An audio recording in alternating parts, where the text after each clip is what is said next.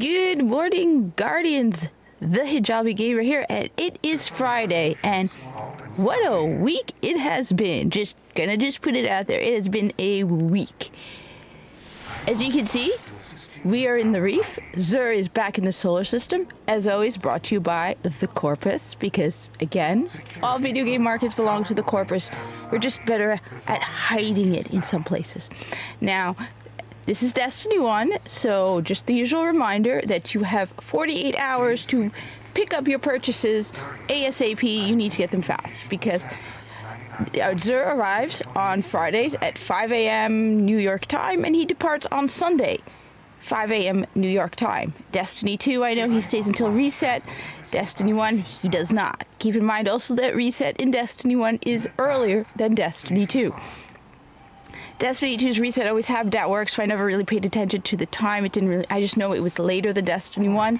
Destiny 1 reset is 5 a.m. on Tuesday, and the reset for Banshee 44 with his weapons test is Wednesday.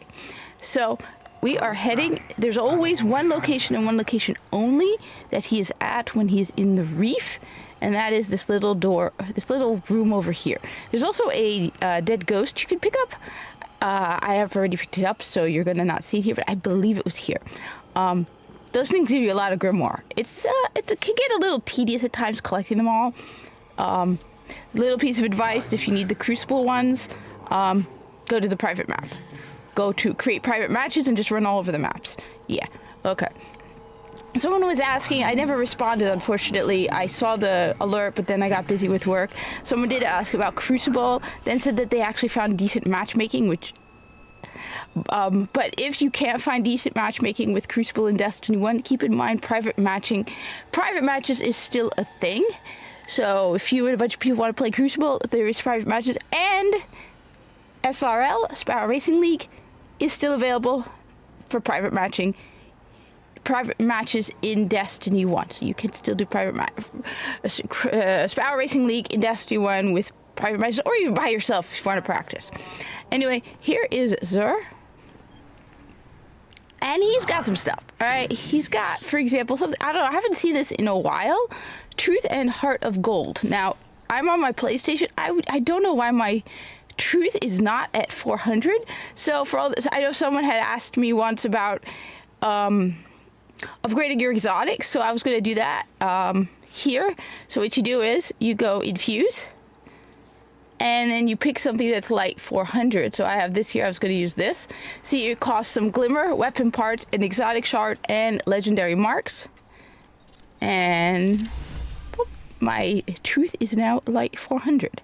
Now, I know a lot of people like Truth. I don't know. I have felt like Truth... Well, for one thing, Truth, as you can see, mine, at least on PlayStation, hasn't been used much. I know that I don't believe it doesn't have cluster bombs. Okay? For me, a good rocket launcher requires targeting and cluster bombs. Now, Galahorn takes that to a new level with tracking cluster bombs. Okay? But at the bare minimum, I want tracking and cluster bombs. And this thing has a supposedly amazing tracking. And that's about it. So you've got grenades and horseshoes, which really isn't an exotic perk. Rockets from this weapon will detonate early based on proximity to targets. This is on other rocket launchers, all right? Then you have Prototype True Seeker. Rounds fired from this weapon seek their targets aggressively, okay? And I said, it's got targeting. Supposedly aggressive targeting. But, like I said, I'm not a big fan of Truth. Let me know in the comments if I'm being unfair to Truth. I said, I want targeting and cluster bombs. I need them both. Bare minimum for me.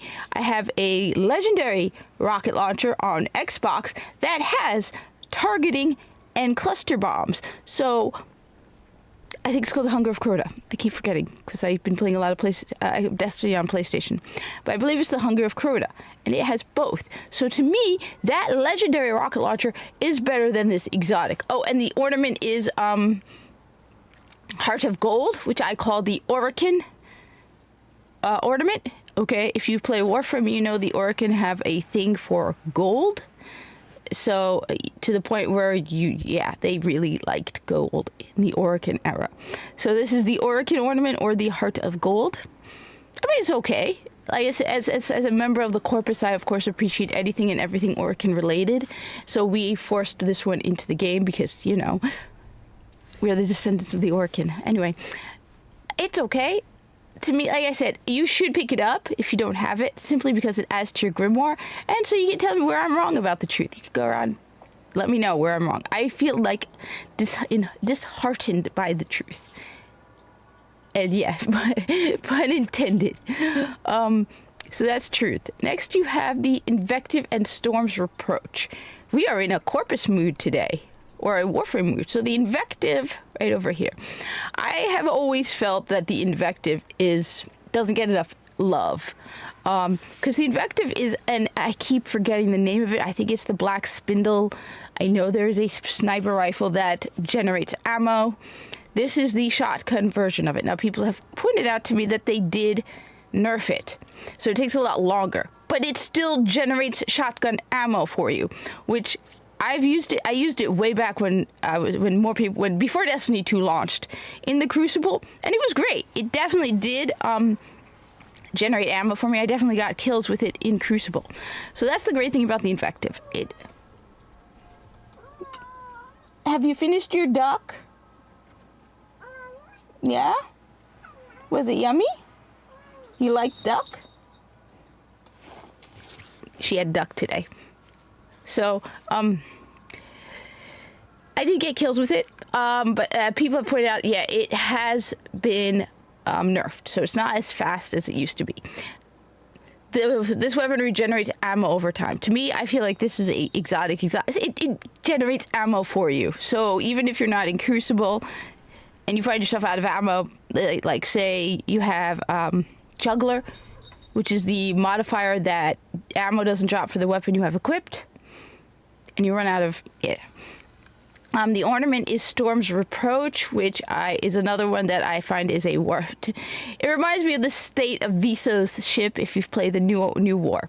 It looks like that. The metal, the red, like fire in the cracks of the ship. So that's why I consider it like Visa's ornament. Storm's Reproach, it also, I mean, the Battle in the Veil Proxima, Storm, yeah. But, it's okay. I mean, I like it. I don't know. Let me know in the comments. As I said, people have told me it's been nerfed. I feel like it doesn't get enough. Everyone talks about the sniper rifle. A few people talk about the shotgun. I would have thought more people talked about the shotgun than the sniper rifle. But let me know in the comments. So those are those two at the bottom. Those are the bundles. Then we have the last word. I cannot remember this one. So yeah, I cannot remember the last word. I rarely use the last word. Honestly, if I'm going for a hand cannon, I use the Ace of Spades. I like the fact that you get a precision kill. It moves ammo from your reserve to your magazine. So you don't have to reload as much with the Ace of Spades. It's also, I won't deny, the fact that it is a hunter-only weapon kind of is like, yeah, it's ours. You can't use it.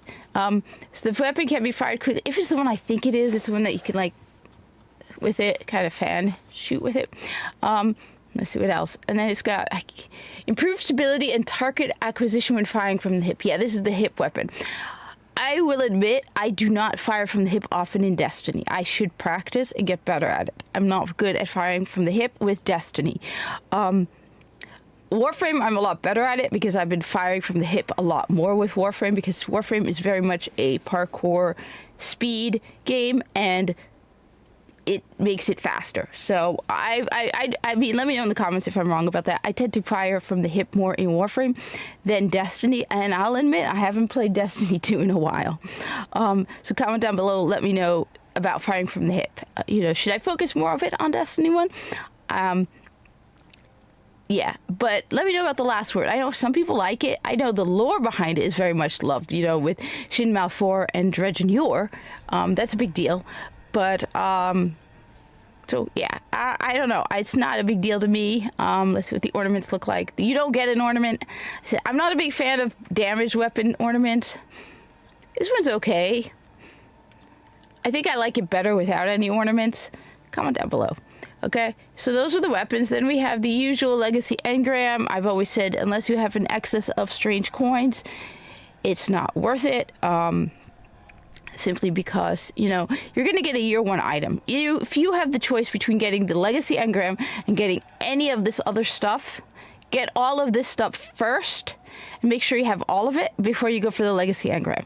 Because even if like you're not playing a Titan at the time, you might change your mind. Plus it adds to your Grimoire score and you want to get as much Grimoire score as possible. So I mean, and if you don't need any of this stuff. So like for example, you need an exotic shard to upgrade your exotics. So exotic shards are also a good thing to have. I think I have like 15 at this point or something. Yeah, I have 15. So if before you get this, make sure you have everything you need here. I know someone once told me they have thousands of strange coins.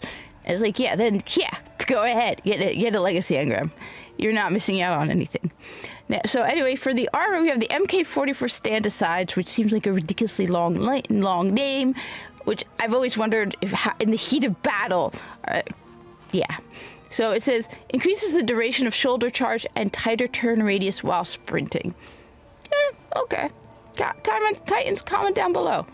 Okay. Not too impressed, but you know what? It's better than last week with the gives you another grenade. Okay. Next we have the lucky raspberry for the hunters. Arc bolt grenade chains further, spawn with full grenade energy. Okay. All right. Again, the hardest part for me with Destiny now, after having been playing so much Warframe, and I've been playing it this week because I've been going after the Kuva Liches, and so I'm on like my third Kuva Lich this week. So it's the fact that it's so vague. Here she comes.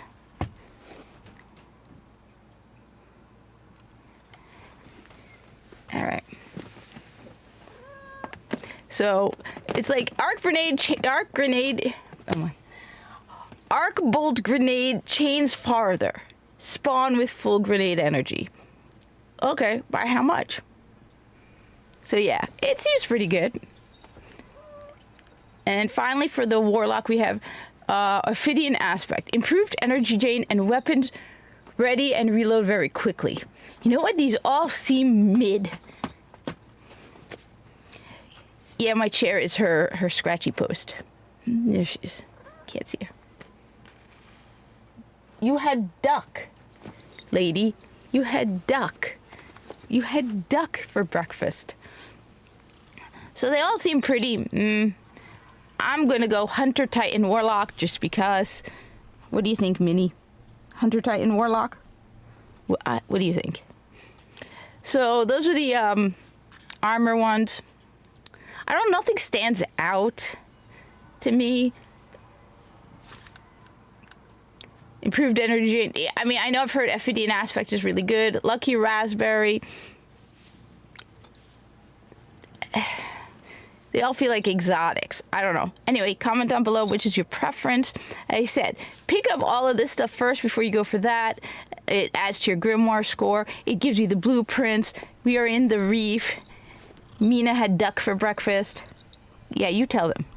Look smug, little kitty cat. You got duck. Thank you for watching. Like, comment, subscribe. At the very least, say hi to Mina. All right? You're a good girl. And I hope to see you in the tower. A cat, you're sitting on my arm. I need to get to the mouse. She's being cute. All right, I got away.